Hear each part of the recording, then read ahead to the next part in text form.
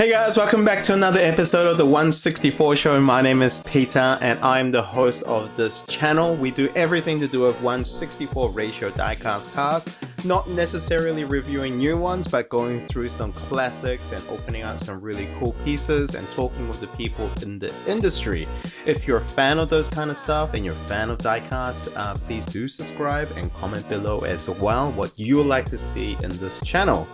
Now, before we continue, we want to remind you guys we're doing at 10% off with coverdisplays.com.au. That's 10% off your order with a minimum spend of 100 Australian dollars. They do global shipping as well. So do check them out if you are looking to refresh your displays and your cases for your Hot Wheel collection moving on to 2023.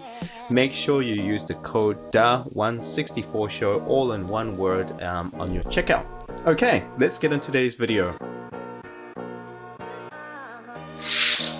So this is part of the series of wrapping up 2022. We want to go through the worst and the best releases of Hot Wheels, no matter what it was, of this year. Thank you so much for joining me. Let's begin the top 5 worst Redline clubs of 2022. Number 5 is the Datsun 510 Golf.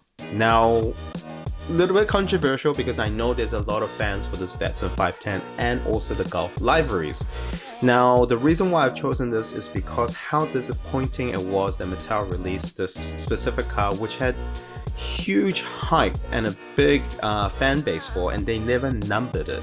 So it's not as rare as people thought it was. They produced so many. There's speculations that there was more than 50,000 produced, and they were selling it for weeks afterwards.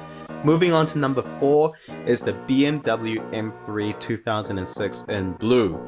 The only reason why I've chosen this is because they re-released a previous casting from the gold one, and that wasn't that popular either, but they released it in a blue that didn't look that pretty, and just overall it's not a popular car, and to my opinion it was too plain to be a really desirable Redline club.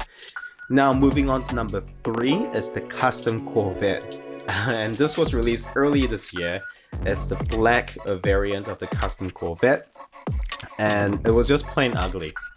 I think, to me, I'm not a fan of that generation of the Corvette, but they chose plastic wheels, which, you know, going back to the roots of Redline Club, but just the plastic wheels were a big turn-off in my opinion, and I think a lot of people also thought that as well. It never did really well with the release here in New Zealand, and the aftermarket also shown that as well, that it wasn't a hot product that people were looking for.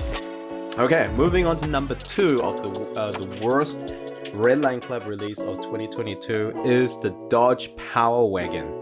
Now, the Dodge Power Wagon in concept is very, very good because there's moving parts. It looks pretty cool in terms of the concept, but it was a car or a truck that, you know, doesn't have a big fan base. It's an American car, so it's not a JDM car. It's big, bulky, and it just didn't have that wow factor aside from that moving chassis to really draw in the crowds, and the resale value really collapsed. You can find them below cost in the market here in New Zealand, 70 to 80 New Zealand dollars. The worst Redline Club release of 2022 is the custom fleet side. Now, 99% of the time people are going to say this is the ugliest release of casting for Redline Club they ever did, and they made it pink.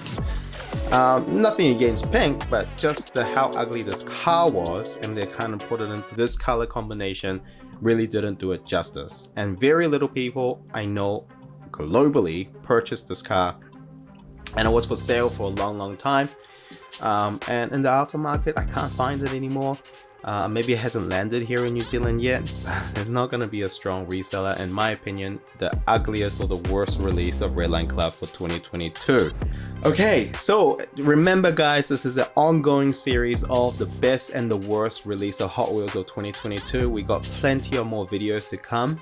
Thank you so much for watching, and if you do agree or disagree, please let me know in the comments below. If you do like these type of contents, please subscribe.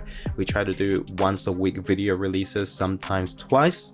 Remember, before you go, there's 10% off your Corvo Displays cases order from corvodisplays.com.au. Use the code DA164show with a minimum spend of 100 Australian dollars. Thank you so much guys for watching, and take care and see you in the next one. Bye.